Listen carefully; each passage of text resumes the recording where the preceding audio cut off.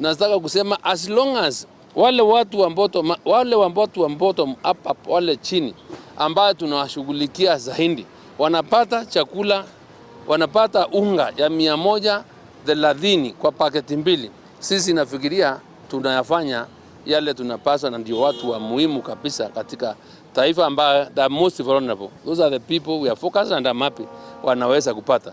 Yule mwingine, unajua kuna wengine wandosi, unaweza kuchukua unga yako utoe hata Ulaya ulete. Tumesikia watu wamekuwa wakiitisha hata nyama zao hawezi kula hapa, unaitisha Ulaya unaleta. Kwa hivyo kama wao wako na pesa yao wa kutumia, wacha watumie vile wataka, lakini mwananchi wa kawaida ako na chakula, ako na unga, ako na mchele ya bei nafuu, na hakuna mtu anaweza kulala njaa.